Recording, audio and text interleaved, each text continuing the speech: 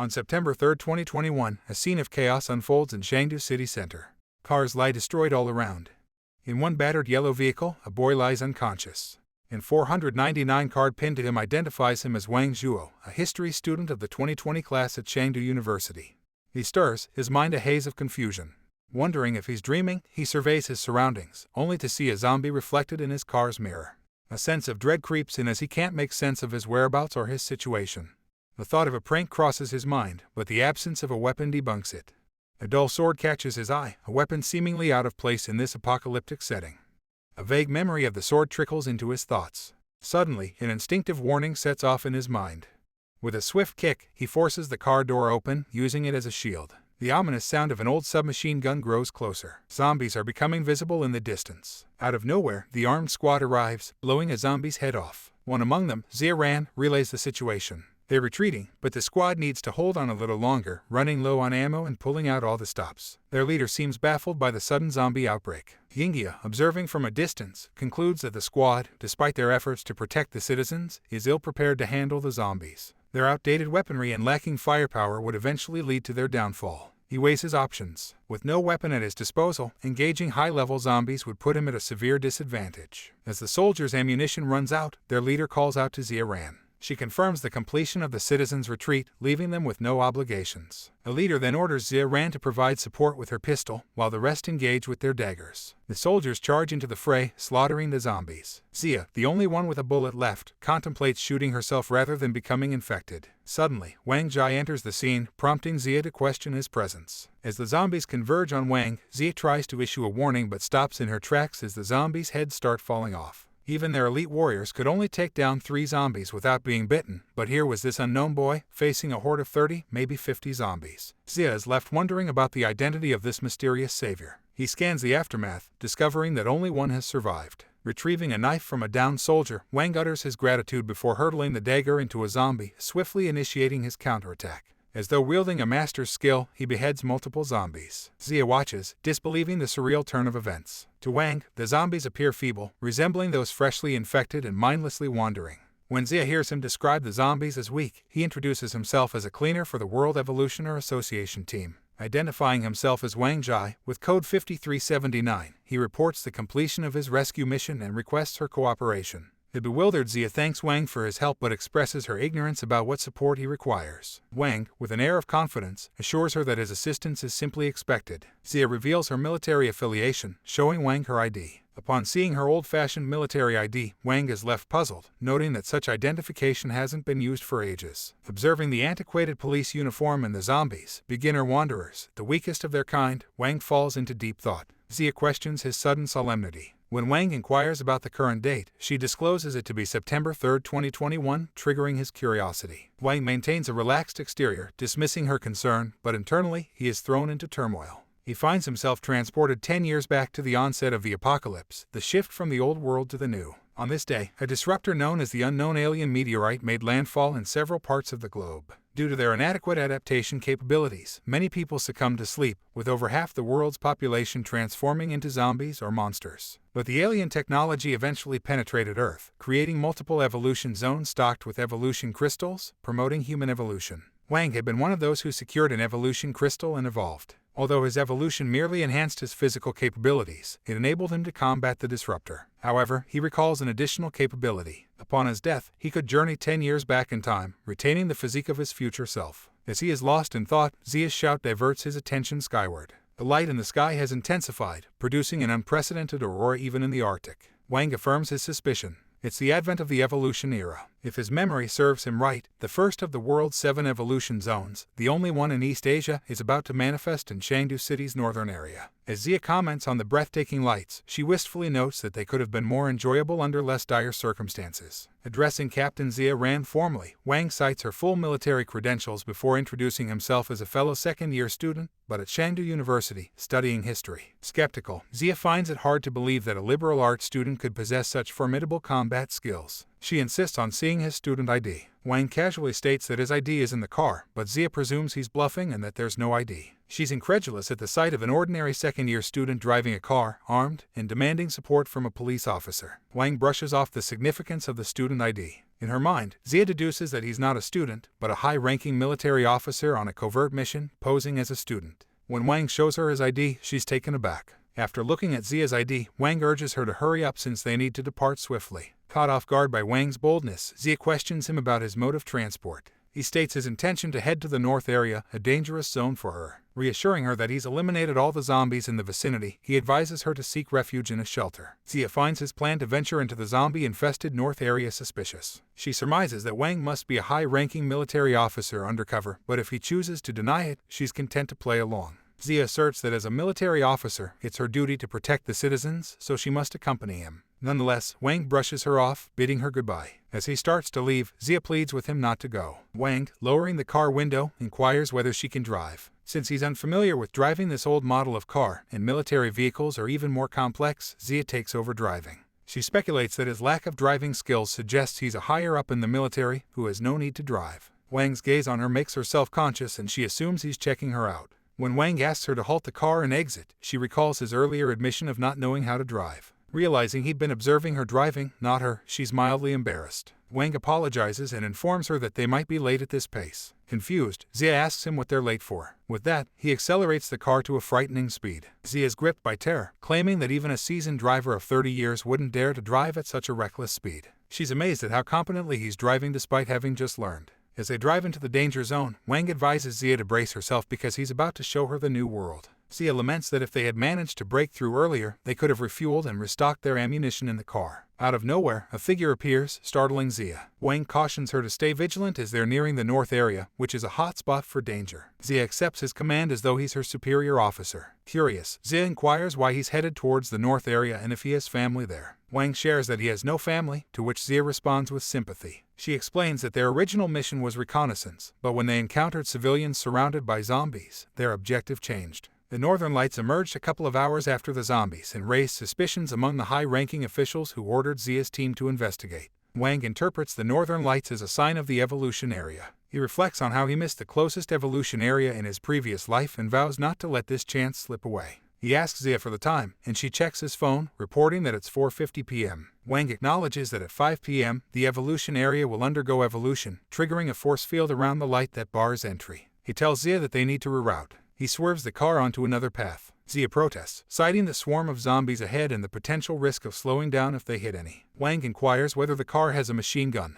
Zia affirms, but she's frightened and uncertain about his intentions. With Wang manning the machine gun atop the car, the zombies fall one after another, and to Zia's astonishment, they don't hit a single zombie. He instructs Captain Zia not to touch the steering wheel and only focus on accelerating. With a twist in the road up ahead, Zia pushes down on the accelerator and barrels straight ahead, veering off course. As the clock strikes 5 p.m., the light begins to diffuse. They crash into the sand and Zia steps out of the car, bewildered at the sight of their urban city transformed into a desert.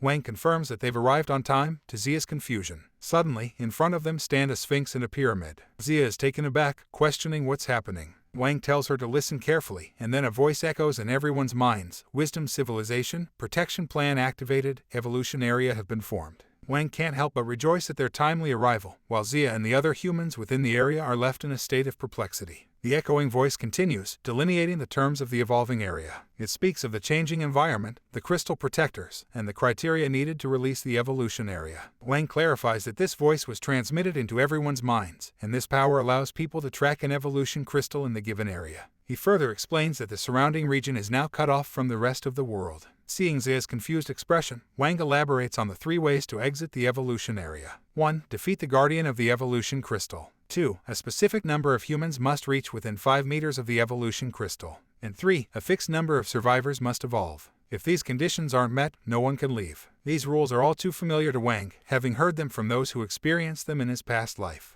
Now that he's hearing it firsthand, he's confident that he can acquire the crystal and evolve. Wang reflects that the first group of evolvers from the 7 evolution areas worldwide, known as the Starter Generation, were often in the limelight, with some even being hailed as humanity's last hope. Panic ensues among the people. Some dismiss the entire ordeal as a cruel joke and express a desperate longing to reunite with their families in the central area. One individual angrily questions why they should seek superpowers and suggests that if the voice that spoke earlier was so powerful, it should take on the zombies itself. Suddenly, a bus barrels forward, covered in zombies. It crashes into an invisible barrier and a voice from within pleads for help. Zia, seeing this, calls out to Wang. Wang agrees to lend his aid, as long as it's within his capabilities. Zia acknowledges this and together they approach the crashed bus. As they draw nearer, the ancient desert guardians, the sphinxes, seem to come alive, their luminescent eyes fixated on Wang and Zia. Within the bus, the scene is chaotic. A teacher has turned into a zombie, while a young girl named Zui Yu is forced to confront him. A blonde girl blames Zui Yu for their predicament, claiming that had she not brought them onto the bus, they would not be in this mess. Despite her terror, Zui Yu bravely faces the zombie teacher and pleads for the other girls to help her. As the girls struggle against the zombie, the blonde girl tries to escape, only to encounter another zombie at the bus door. The blonde girl, in her frantic attempt to flee, ends up pushing a zombie towards her friends, causing chaos. In the ensuing struggle, the zombie they were holding back breaks free. Just when the situation seems dire, the bus window shatters and Wang leaps in.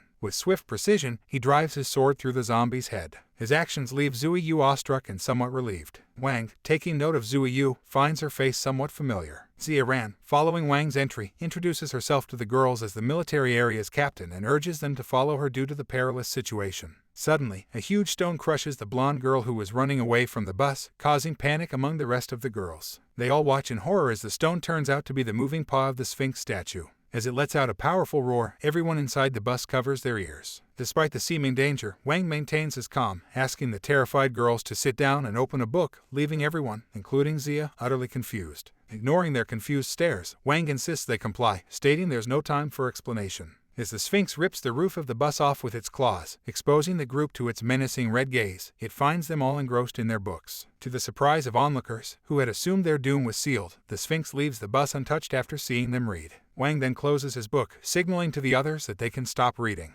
A wave of relief washes over them. Zia peers out the bus window, elated that the Sphinx has left them alone. She commends Wang for his quick thinking. Wang assures the girls that the monster won't attack them for a while. Zia, however, is still puzzled and asks Wang why the monster did not attack them. Wang replies, asking if she remembers the survival notification that echoed in their minds earlier. Zia vaguely recalls the survival notification insight into the character of God, but the rest of the details are fuzzy due to the volume of information they received. Wang clarifies that the god in question is the Sphinx, the guardian and protector. When questioned about the Sphinx, it's often associated with riddles, particularly the one about the creature that walks on 4 legs in the morning, 2 in the afternoon, and 3 in the evening. The answer is a human, and those who can't answer are said to be devoured by the Sphinx. Zui Yu chimes in with the end of the story, where a sage guesses the correct answer, causing the Sphinx to fall off a cliff from embarrassment. Thus, Wang surmises that insight into the character of God might mean respect for knowledge and wisdom, traits exemplified by the Sphinx. And the act of reading a book, he suggests, is the best way to exhibit such qualities. But as he looks around, Wang realizes the girls already had books with them, indicating they may have survived even without his intervention.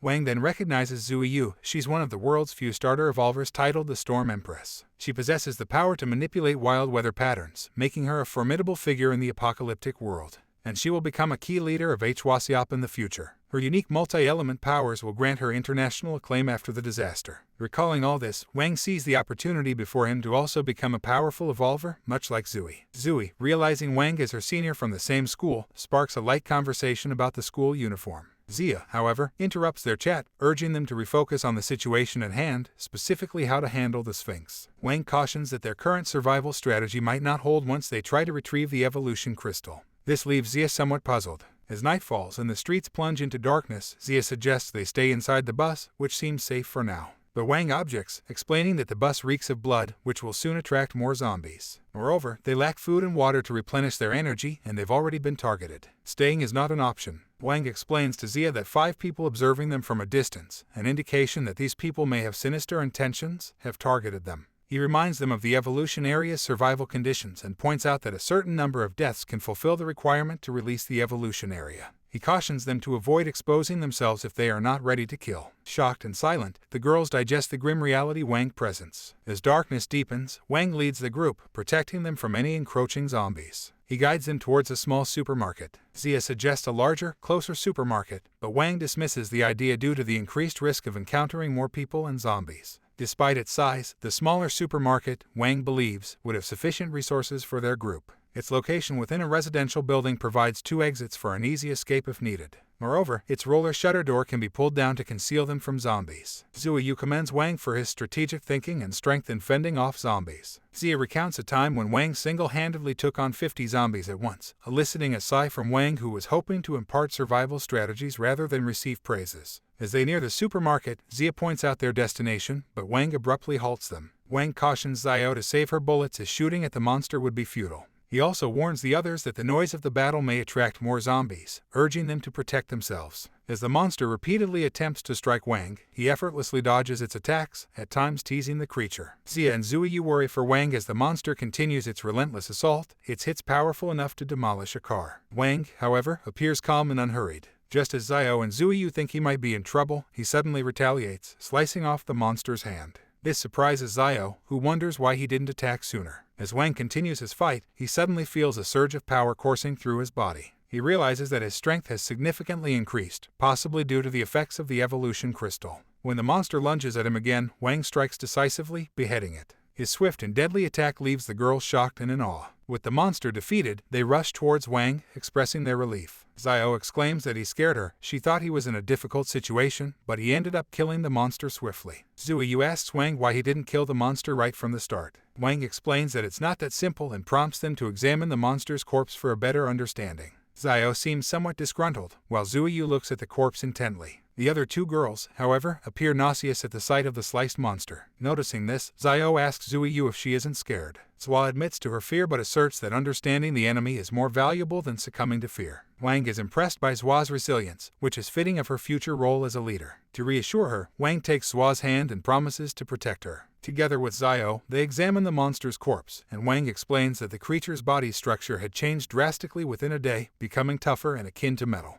This transformation rendered bullets and most swords ineffective. Wang reveals that he found the monster's joints to still be vulnerable, which led to his victory. Considering the risks they still face, Wang urges Xiao to hold off on reporting back to headquarters. He explains that with the monster dead, other zombies would start to converge in their area, and they need to leave as soon as possible. Once safe, the group settles down for a meal in the dim candlelight. Wang cautions them to conserve their limited resources, emphasizing that the candles are rare and valuable. He also proposes that they prioritize eating food items nearing their expiry dates. Xiao, who has experience with military rations and field cooking, volunteers to cook. She insists on leaving untouched canned food and similar supplies that have longer shelf lives. Wang offers his help in the kitchen but is asked to rest by Xiao and Zua, who manage the cooking themselves. Wang is delighted with the meal, especially noting the use of spices, a luxury he expects will become rarer and more valuable in the future. Despite Xiao's urging him to eat more meat to regain his strength, Wang insists on eating vegetables and advises the others to do the same. He reasons that in the apocalypse, with land being scarce, people will likely prioritize livestock farming and water conservation.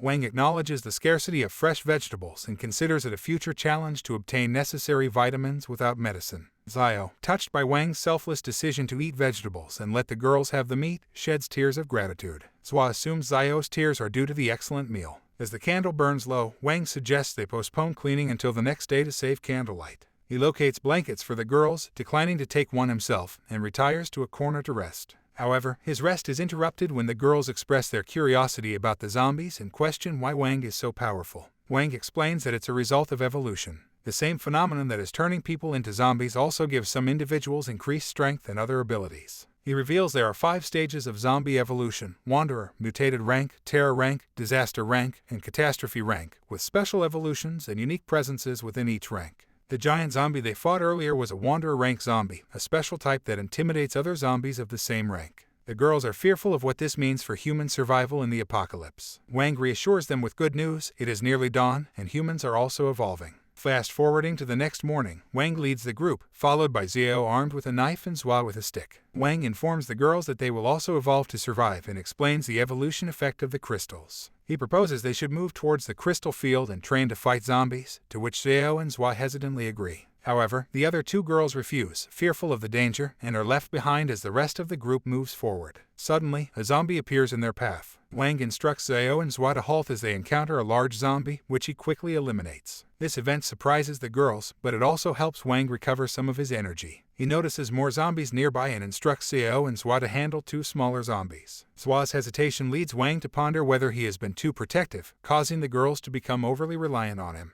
Acknowledging Zhua's fear, he reassures her that the day-night transition will weaken the zombies, and he promises to protect her. Stirred by Wang's encouragement, Zhua resolves to stand strong, recognizing that she needs to face her fears to remain alongside Wang in the apocalypse. As the zombies attack, Zhao successfully eliminates her target while Zhua, after initially struggling, manages to dispatch her opponent. However, Zhua is disturbed by the act of killing, to which Wang sympathetically responds. He reminds her not to pity the zombies in this apocalyptic world, a reality she reluctantly accepts.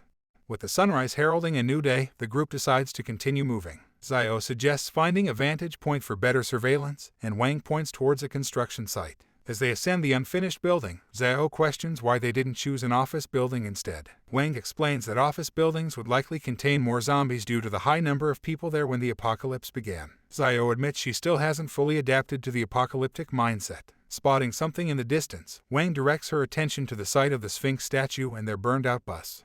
Zhua and Wang deduce that someone must have been searching for them and, failing to find them, decided to destroy the bus. While the identity of this individual or group remains unknown, Wang is confident they will find them soon. Turning their attention to a distant spectacle, they observe a group of bikers racing towards an evolution crystal on top of a pyramid. Wang identifies the crystal as a symbol of evolution, something he has never seen materialize before. The bikers, believing they have divine approval, attempt to claim the crystal for themselves. They use dynamite to attack a nearby Sphinx statue, infuriating it. The statue unleashes a powerful roar, summoning a sandstorm and revealing its true monstrous form. Despite their use of explosives and firearms, the bikers are unable to harm the creature and decide to flee. But the monster, with its seemingly invincible body, pursues them. Onlookers question the possibility of defeating such a formidable beast. Zhao, worried, turns to Wang for advice but finds him gone. Instead, she and the rest of the onlookers see Wang speeding towards the monster on a motorcycle. The blue-haired individual among the bystanders recognizes Wang as the person who previously rescued the bus. As Wang challenges the monster, the spectators express disbelief and speculate that he is recklessly seeking death. Both Zhao and Zhua, while confident in Wang's abilities, can't help but feel anxious as they watch him draw his sword, accelerate his bike, and head straight towards the beast. Wang maneuvers skillfully around the monstrous sphinx, drawing surprise from the watching crowd. To their shock, he also manages to evade sand lions conjured by the Sphinx, which possess speed greater than a locomotive. Wang's action of abruptly stopping his bike triggers speculation among the bystanders, but he turns the tables by charging back at the sand lions and slicing them apart with his sword. Witnessing Wang's expert use of his sword while riding his motorcycle, Zhao expresses awe and delight. Meanwhile, Zhua points out the glowing pyramid, which appears to be empowering the Sphinx. Wang's abrupt stop also raises questions, but he surprises everyone again by picking up a detonator and throwing it ahead of him, revealing a subway entrance. He bids the Sphinx farewell and disappears into the tunnel. Relieved that Wang is safe, Zhua and Zhao ponder their next move. Zhao notes that their location may have been exposed as they spot someone observing them through a telescope. Zhao suspects it's the same group that burned the bus earlier, noting that they are armed and ruthless. Zhao theorizes that after witnessing Wang's abilities, the group might want to recruit him to help obtain the evolution crystal. If Wang refuses, they could potentially threaten to kidnap Zhao and Zhua to coerce him. With this realization, they quickly decide to leave their current location and return to the supermarket as swiftly as possible. The blue-haired individual from the biker gang reports to their leader that he's found the people from the bus, even though there are fewer of them. The leader feels lucky for having sent someone else to track them, considering the potential danger. His plan is to threaten the sword-wielding man by capturing the two girls, hoping this would give them a chance to acquire the evolution crystal. He orders his men to chase the girls. Meanwhile, Zhao and Zhuak are trying to escape. Zhao suggests taking a smaller road to avoid their pursuers, despite Zhuak's fear of encountering more zombies. Zhao points out that in the apocalypse, humans can be scarier than zombies. As they hide in an alley, they overhear the bikers looking for them. They decide to stay hidden, but an accidental knock gives them away. Realizing they've been discovered, they brace for a confrontation. Elsewhere, Wang is riding his motorcycle and senses that something is wrong. The Guardian has become more powerful, which seems out of place for the initial stages of evolution. He recalls that in his past life, there were different levels of danger, from D rank, which was relatively safe for normal people, to A rank, which could annihilate an entire evolution team. Considering how Zhuak obtained an evolution crystal in such conditions, Wang has a sudden realization: the problem isn't with Zhuak, but with him. He remembers the eerie eyes and his red evolution crystal's reaction, and how the crystal allowed him to absorb the zombie's strength. This made him seem like a zombie in the eyes of the Guardian. The purpose of the evolution area is to give humans the ability to fight against zombies. Guardians are there to deal with both zombies and humans, depending on the circumstances. Wang concludes that the Guardian that glared at him and boosted the Sphinx's power is the second Guardian hidden within the pyramid. Realizing his predicament, Wang decides to leave the area and come up with a new plan to tackle the situation. In the tunnel, Wang notices that there's electricity and the presence of many zombies. Above ground, the leader of the bikers orders his men to capture Xiao and Zwak. In response, Xiao shoots one of them, introducing herself as a military captain with the authority to kill. She warns the bikers to back off or face the consequences. However, the criminals aren't deterred, viewing the girls merely as prey. As the girls try to escape, they run into a dead end. Xiao attempts to reload her gun while holding the bikers off with her dagger. The bikers, believing the girls are out of ammo, laugh and move in to capture them. Just then, an engine revs in the distance. A motorcycle, driven by Wang, flies over the group, taking down a biker in the process. The gang members, recognizing him as the man who fought the monster, back off in fear. Zwak warns Wang about their pursuers' intentions and Xiao cautions him about their guns. When Wang asks who the bikers are and why they're looking for him, the gang leader introduces himself as the boss of the North City area. He tries to recruit Wang, threatening to kill him if he refuses. Instead, Wang counters by asking the leader to work with him and cooperate. He criticizes the bikers for their destructive, selfish ways, arguing that such behavior prevents humanity from uniting against the threats of the world. The North City boss retorts that only ruthless people like him can survive in this chaotic world. Wang insists that when humans unite, they can all survive. However, people like the bikers would only lead humanity towards extinction. Noticing Wang's red eyes, the gang members become confused. The leader orders his men to shoot Wang, but before they can react, Wang vanishes from their sight, only to reappear slicing through his enemies. As Wang cuts down the bikers one by one, the leader grows increasingly terrified. Swan notices the leader moving towards her and Xiao, presumably to take them hostage, and fears Wang may be too far away to help. The North City boss races towards Xiao and Zwak, but a shot rings out, downing one of his subordinates. Before he can react, the leader is also shot, his hand severed, and his head sliced off. It's revealed that Wang was the one holding the gun. With the boss of the North City area critically injured, Wang asks him why he should spare his life. The leader proposes flipping a coin to determine his fate. Wang finds the suggestion interesting, but when the leader asks for a coin, Wang shoots him instead, promising to play his game next time. Wang checks on Xiao and Zwak, who confirm they are safe but out of ammunition. Wang instructs them to collect bullets from the fallen bikers and warns them about the upcoming threat, zombies adapting to sunlight. Upon hearing this, Zwak recalls the eerie noises they heard earlier. Zwak is concerned about other members of the criminal organization in the nearby area. However, Wang is one step ahead, explaining that the zombies lured out of the station would likely have encountered the criminals already. True to his words, the other members of the gang encounter zombies at their hideout and are overwhelmed. The group returns safely to the supermarket, where they are warmly welcomed. When questioned about the guns they're carrying, Wang casually mentions they had a little fight with some people. Xiao and Zwa, aware of the truth, sarcastically repeat "little fight," prompting smiles from the others. While discussing the origins of the guns, Jade-O hypothesizes that they belong to jail guards and officers and acknowledges that their actions saved many from suffering.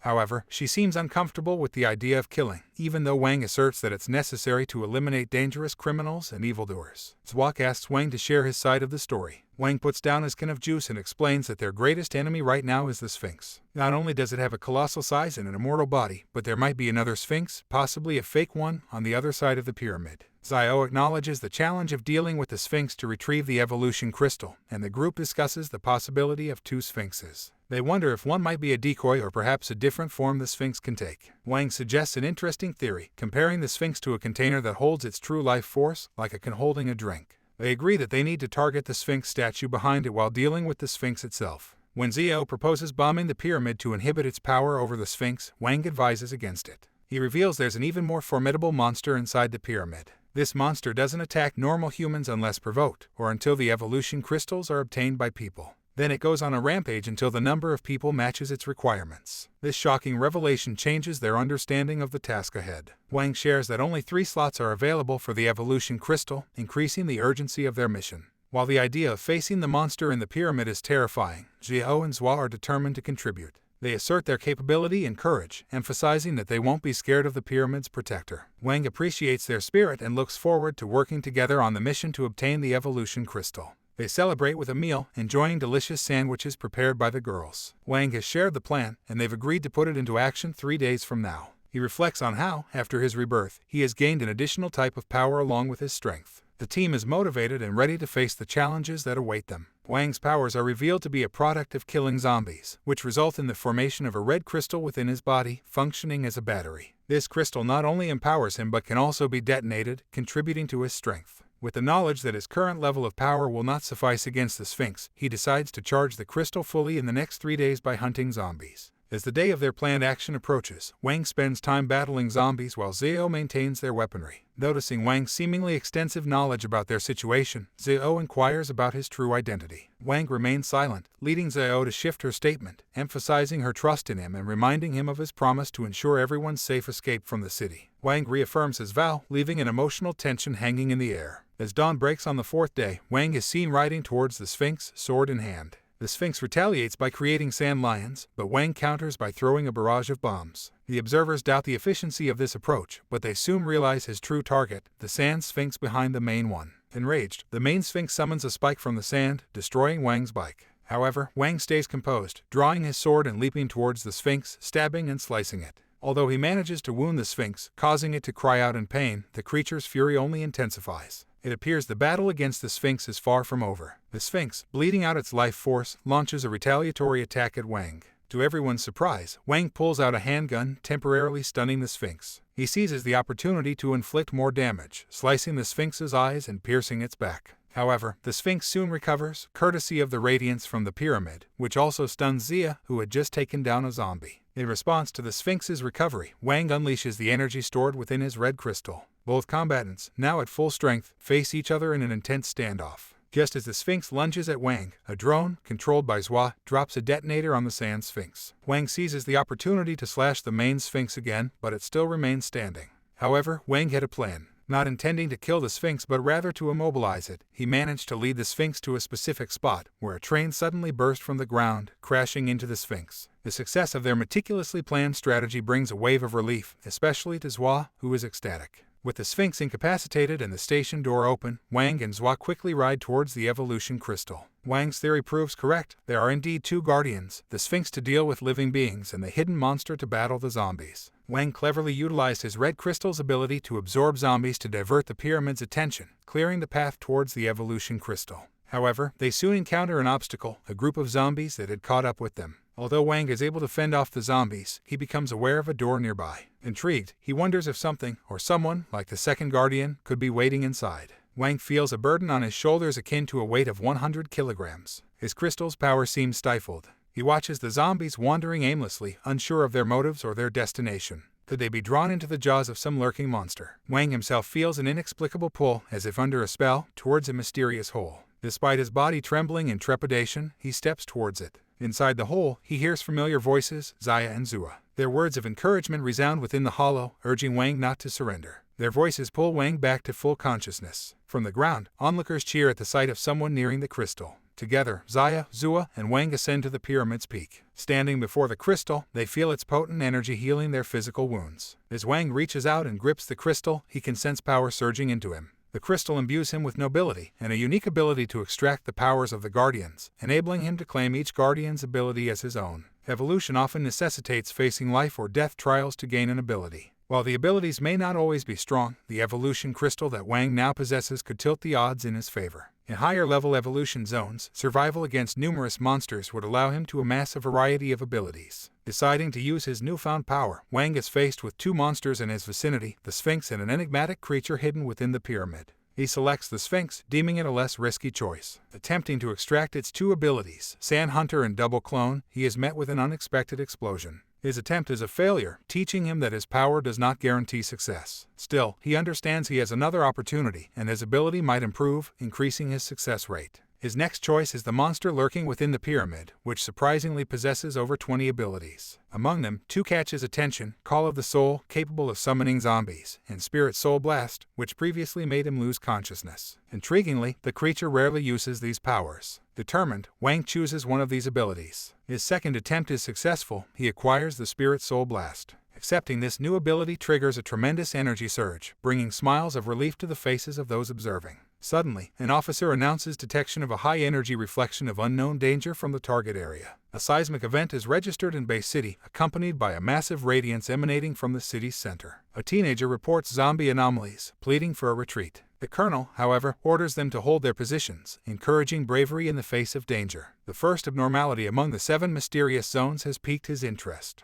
As the overwhelming light subsides, Wang takes a deep breath of the city's air. Xiaoyai asks if they have reached the outside, to which Wang responds affirmatively. With the evolutionary region removed, they have successfully escaped. However, in their conversation, they realize that Shaw AI has collapsed. She's feverish, which Wang explains is a common reaction after obtaining a new ability. Shaw AI questions whether Shaw will recover, and Wang reassures her, explaining that the adjustment period varies from person to person based on their unique physical condition. Upon being asked about his own acquired ability, Wang reveals it as Spirit Soul Blast, carefully avoiding the mention of its true nature. To demonstrate his new power, he moves behind Shaw AI without her noticing, making it seem as though he's vanished. Shaw AI misconstrues this demonstration as teleportation, while in reality, Wang has only disrupted her mental perception and relocated. While conversing, a zombie lunges at Wang from behind. Swiftly, he eliminates the creature, suggesting they depart from this unsafe location to avoid a potential second disaster. The remnants of the evolution crystal had driven the zombies into a frenzy. Shaw AI expresses concern for Shaw's classmates, but Wang is hopeful that they are safe. As they prepare to move, Shaw AI exhibits her own power, levitating while holding Shaw.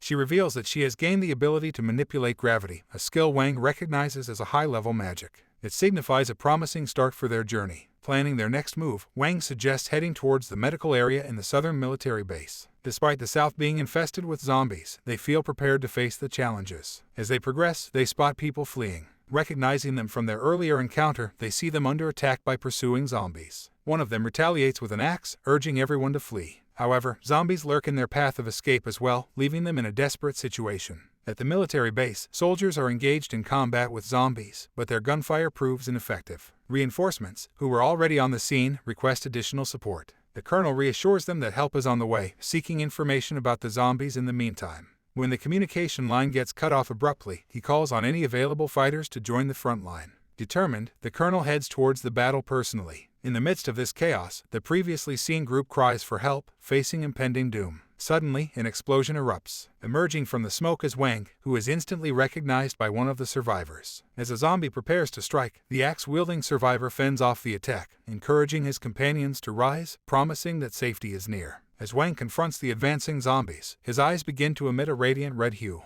To bystanders, it appears as if the advancing undead have mysteriously frozen in their tracks, giving rise to the speculation that they fear Wang.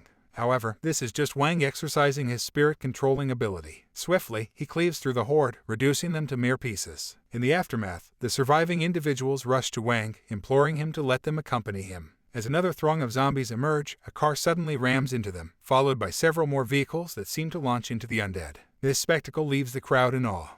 Clutching Zhua, hovers mid-air amidst these soaring cars, leading many to question whether her superpower surpasses Wang's swordsmanship. However, when Zha lands and stumbles, causing Zhua to nearly fall, Wang quickly catches Zhua, leading some to reevaluate their assessment of Zha's abilities. Simultaneously, at another location, the military grapples with a wave of zombies, their bullets proving futile against these evolved creatures. Cornered with no apparent escape route, their situation worsens when a mutated zombie grabs the colonel's leg. The colonel attempts a counterattack with his sword, only for it to shatter upon impact. Overpowered and thrown down, he finds himself crippled against the formidable strength of the undead. Just then, Wang arrives at the scene, immediately recognizing the beleaguered colonel as his former mentor. In a past encounter, the colonel had rescued Wang from a beast, ensuring his survival and nurturing him into an evolutionary. His loss of an arm during that incident prevented the colonel from becoming part of the evolutionary unit. Despite this, he willingly endangers himself in the present struggle, protecting Wang. Mortally wounded, he expresses gratitude to Wang, seeking his name. Concerned about the colonel's condition, Wang questions him about his damaged arm. The colonel reassures him, stating that the arm isn't shattered and should recover with time. During a conversation about Wang's group, Wang advises the colonel against setting up a base within the city. Given the swift zombie evolution and the potential for mutations due to dense population, Shangduk City isn't a suitable location. Appreciating the situation, the colonel agrees to relay this information to the headquarters. He learns from Wang that Shangdu City will face destruction at the hands of a special zombie in the future, one Wang hasn't encountered yet. This monster, likely in the process of evolution, will cause immense devastation. As the colonel turns to talk to Wang, he finds him already gone. Feeling relieved, Wang is glad that Shangdu City will not have any more human bases. Zhou Yucheng is safe, Zhao Ran's ability exhibits impressive powers, and the colonel's injuries aren't debilitating. In fact, Wang has exceeded his own expectations. Bidding farewell to Shangdu City, he departs in peace. Half a month later, on the fringes of Dongqing City, two survivors named Lai Cheng and Lu Xiaoying are hurrying along in a vehicle. Despite the chilly weather, they dare not use the vehicle's heating due to limited fuel reserves. The consequences of running out of fuel could be dire. Their plan is to reach the next petrol station a short distance ahead, despite the risk of encountering zombies there. The highway is scarcely populated with cars, and if they were to run out of petrol, locating another vehicle could be extremely difficult. Eventually, they arrive at the petrol station. It appears operational. Someone or something seems to be inside. Anticipating a potential zombie encounter, Lai unsheathes his knife, instructing his wife to stand guard while he refuels the vehicle and to alert him of any unusual happenings. The petrol station is eerily silent with no visible zombies around. Suddenly, a zombie latches onto his leg, causing him to panic and attempt to flee, but he stumbles and falls. As the zombie prepares to attack him, disarming him in the process, a sword comes out of nowhere, slicing the zombie. Stunned and incredulous, Lai looks up to see his rescuer. It's Wang Ji. Wang introduces himself as the temporary store manager of the convenience store located at Dongqing City, Road number 17, Building 717. He douses the zombie in petrol and sets it ablaze, then invites the couple inside his store. When Lai voices concern about the fire attracting more zombies, Wang explains that the flames might draw in only zombies within a 100-meter radius. However, if they leave the corpse undisturbed, the blood could attract zombies from kilometers away. Realizing this, Lai agrees that burning the zombies is the wisest course of action. Lai introduces himself and his wife to Wang, explaining that they were heading home in their vehicle when they ran out of fuel. They thought the petrol station was abandoned, hence their decision to refuel there, and for this, he apologizes to Wang. Wang reassures them that it's not an issue, mentioning that they are not the first visitors to his store. Expressing his gratitude for Wang's intervention, Lai offers Wang any resources from his vehicle as a token of thanks. Wang declines the offer as he doesn't lack for supplies in his store. However, he asks Lai if he has any recent information or news. Pleased, Lai asserts that Wang couldn't have asked a better person. Having traversed 7 to 8 cities, he's become a source of information so valuable that even the military has sought him out.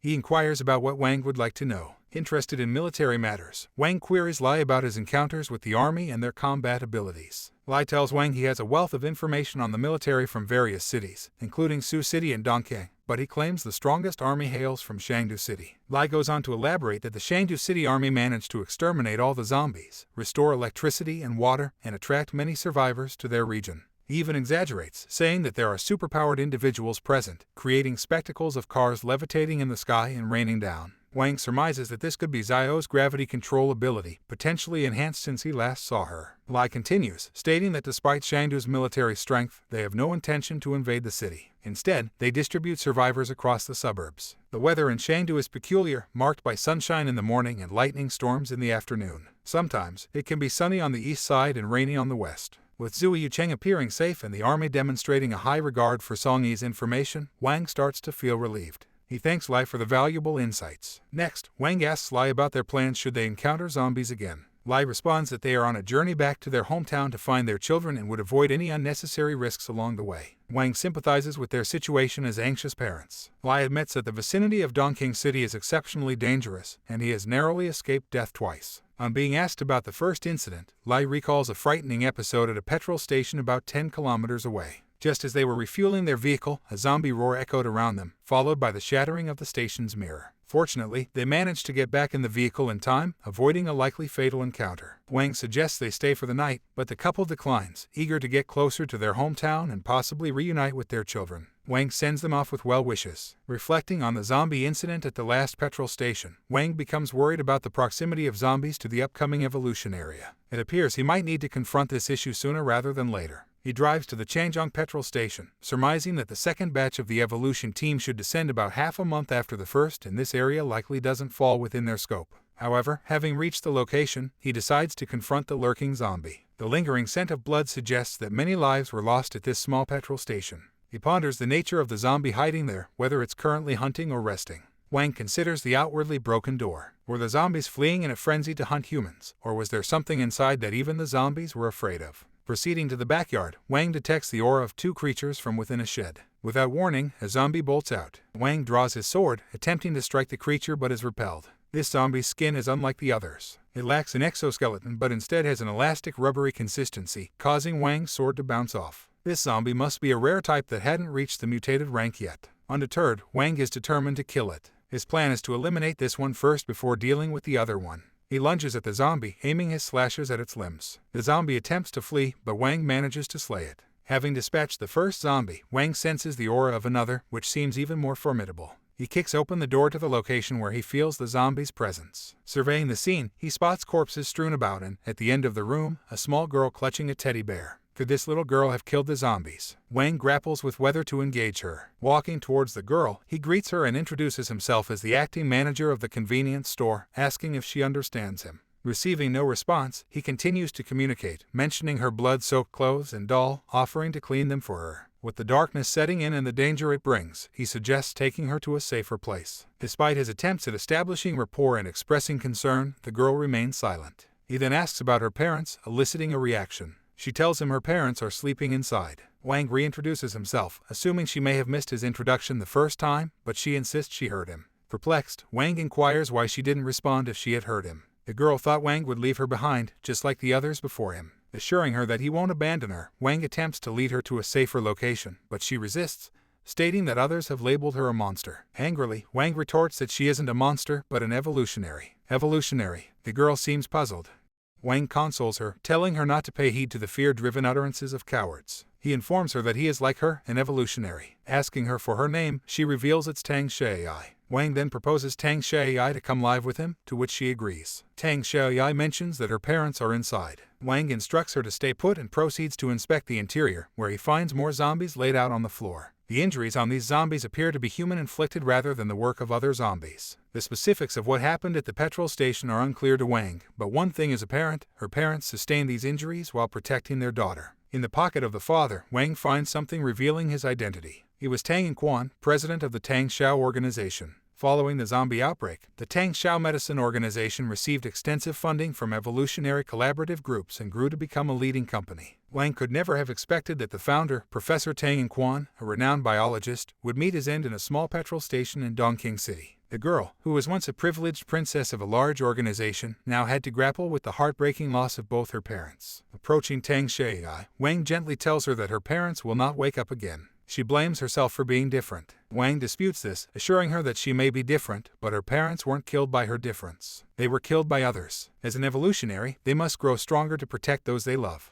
As she sobs and clings to Wang, he comforts her, vowing to bury her parents together. After burying Tang Shuai's parents, Wang is suddenly flooded with memories from his past life, causing him to collapse. He remembers burying his brothers who had sacrificed themselves. Overwhelmed by his past, he snaps back to reality when Tang calls out to him. He apologizes to her for his momentary lapse, assuring her that he's fine now. As the sun rises, Wang recognizes that everything in this world can change. He decides to bring Tang Shuai with him, realizing that to prevent further tragedy, he must become stronger. They return to Wang's convenience store. After her emotional release the previous night, Tang has begun to trust Wang. However, he is aware that the Dongchang area will experience evolution this month. From his past life, he remembers that humans, but zombies who ultimately obtained the crystals didn't dominate the Dongchang evolution area. Strangely, despite many survivors in Dongchang, none provided Guardian information, suggesting that the evolution was far from straightforward. Wang is concerned that separating from Tang Shuai might trigger her retreat into autism again. Yet, bringing a minor to the site of evolution is risky, so he decides to let Tang choose. She tells him she wants to go. When Wang warns her of potential dangers, Tang insists that she doesn't want to be alone again. Wang tells her that while he usually gives orders to others, his only request to Tang is to prioritize her own safety, even in crisis situations. This applies even if others, including himself, are calling for help.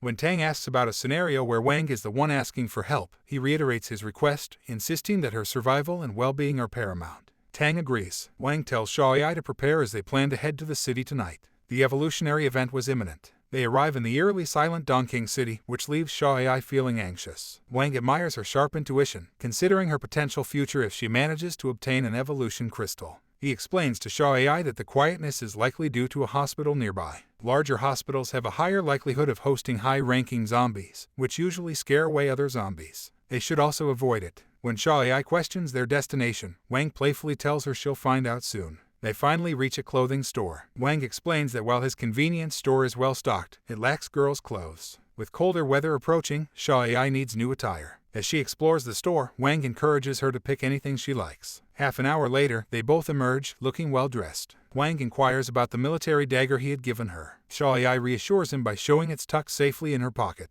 She has heeded Wang's advice to always carry a weapon. Suddenly, an explosion echoes through the city. The evolutionary event has begun. Meanwhile, in the Chengdu City Military Control Area's information room, satellite detection reveals a large-scale energy reaction near Dingchang City. The reaction is 97% similar to the previous evolutionary event at Chengdu City, a clear indication that the evolution area has materialized. This prompts the activation of the Intelligence Civilization Protection Plan and the Environmental Conversion Tier, resulting in the generation of Evolution Crystal Guardians. To clear the evolution area, the objective is to absorb the evolution crystals. Shaw AI, confused by the abrupt shift from day to evening, asks if the event has concluded. Wang confirms it, explaining that the rapid transition is an effect of the evolutionary event. The impending night, however, is problematic as it signals the emergence of zombies. These zombies are on the brink of evolution into a mutated rank, posing an even greater threat. The zombie lunges towards Wang, but he swiftly takes it down. Shaw AI watches in awe before stepping forward, determined not to be a burden. Using her knife, she successfully fends off several zombies. The two of them stand back to back, ready for the next attack. A particularly menacing zombie approaches from behind, launching its spiky appendages like projectiles. Wang deflects the attack and momentarily blinds the zombie, striking it in the confusion. The wounded zombie flees in pain. Wang senses a guardian has observed them. Picking up Shaw AI, he tells her they need to evacuate immediately. Shaw AI is perplexed since the zombies have already dispersed. However, Wang, pushing his limits, runs from the area, warning her that an even greater, more formidable threat is on the way. Shaw AI questions Wang about the unusual zombie and the unfolding situation.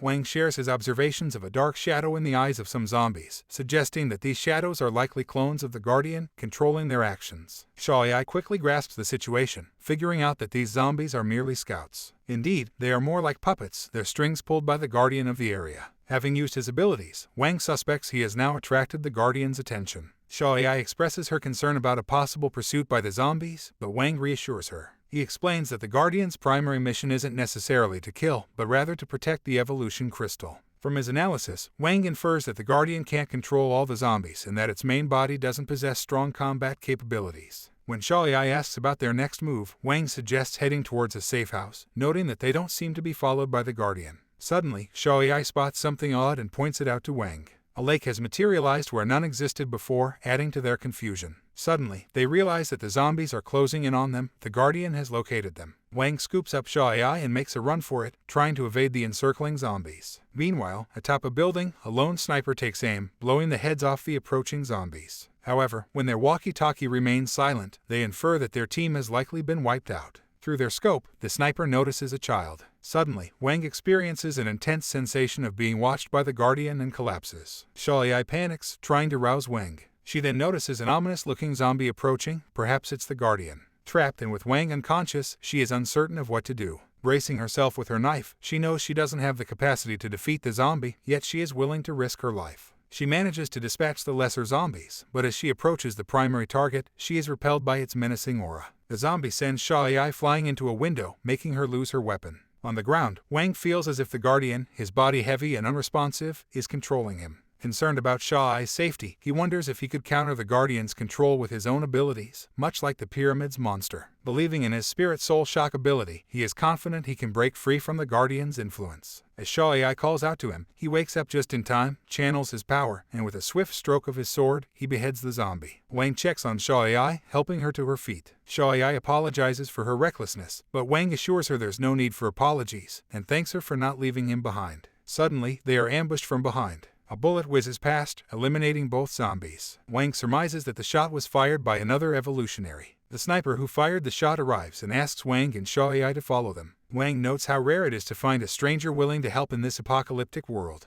They reach their destination, a kindergarten. Given the high-risk environment of such a place, Wang is hesitant to enter. Nonetheless, the sniper urges them to proceed. Once inside, they find it devoid of blood and bodies, indicating a relatively safe haven. As they descend a flight of stairs, the sniper opens a door to reveal a room full of children. When questioned about the newcomers by a child, the sniper reassures them and asks them to go in first. The sniper then removes her mask, introducing herself as Chen Wei, a kindergarten teacher. Wang recognizes her as a famous weapon evolutionary and one of the top 10 snipers. Wang introduces himself and Shaw AI, apologizing for their initial suspicion. Chen Wei dismisses their apologies, understanding their caution. She welcomes them inside for a chat. She tells them about the Red Star Kindergarten's warehouse that provided crucial supplies in the early days of the crisis. They notice a child who Chen Wai had rescued from outside, for whom she had gone out to find milk powder. Once the child has been fed, Chen Wai attends to Sha Ai, disinfecting and bandaging her injuries and urging her to rest. Chen Wai then asks Wang if they are also evolutionaries. When Wang confirms this, Chen Wai is relieved, hoping that they can compensate for the combat abilities she lost earlier. Wang inquires about other evolutionaries from Donking City. Chen Wai informs him that there were 5 known evolutionaries in the city, but she hasn't been able to contact 4 of them since the zombie outbreak. Wang reveals that the current outbreak is due to the Guardian and that acquiring the evolution crystal can change their lives. Chen Wai informs them that the crystal is in possession of the Guardian itself. Understanding this, Wang realizes that he will have to face the Guardian head-on, which will be incredibly dangerous. Suddenly, Chen Wai calls out to Wang in alarm. She fears Sha Ai may have been infected.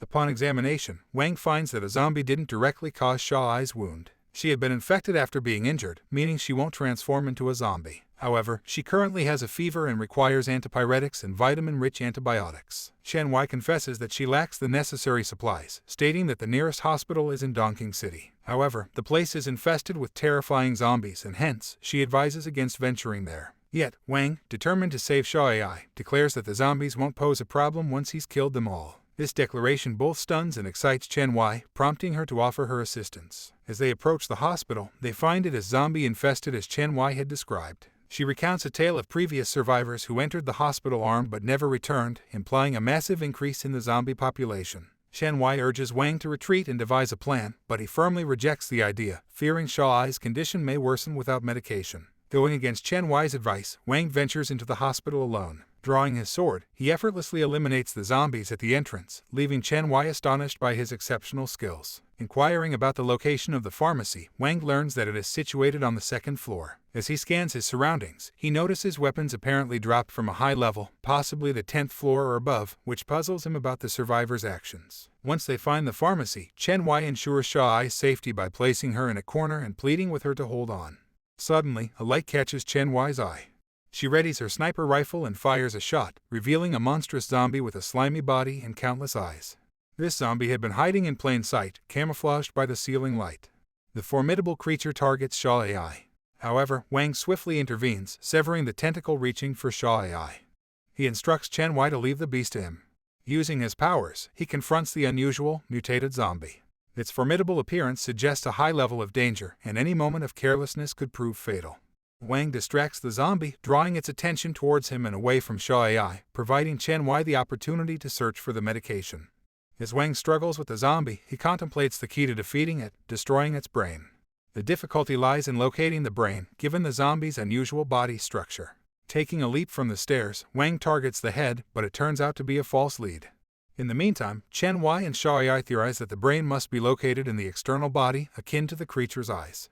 Preparing for their next move, they strategize their attack. The girls are searching the store for supplies. According to their list, they have just one item left to find when an earthquake occurs. Xiaoi appears dejected, and Chen Wai realizes that this is happening unconsciously. Suddenly, a shadow appears and Chen yells for Xiaoi to snap out of it. Chen fires her sniper rifle at the shadow's head, but the bullet misses. The shadow doesn't possess a physical form. Chen decides to protect Xiaoi, but suddenly soothing music starts to play. The shadow disappears. At this moment, the zombies break free from the control of the clone guardian. Meanwhile, on the roof of the hospital, Wang Ji is battling a zombie octopus. Wang Ji has already exhausted a third of his accumulated strength and knows he needs to finish it off soon. He tries to locate its brain but decides to hack off all its tentacles instead. His plan backfires when he discovers the brain is in the last tentacle, but he manages to defeat it nonetheless. As Wang prepares to leave, the puppet head suddenly appears. Wang is prepared for this and uses his soul grasp to slice the head in half with his sword. Thanks to this monster, the crystal inside Wang awakens. He experiences the effects of a rare evolution crystal, which strengthen his muscles and bones and enhance his strength and intellect. Wang Ji then heads to assist Chen.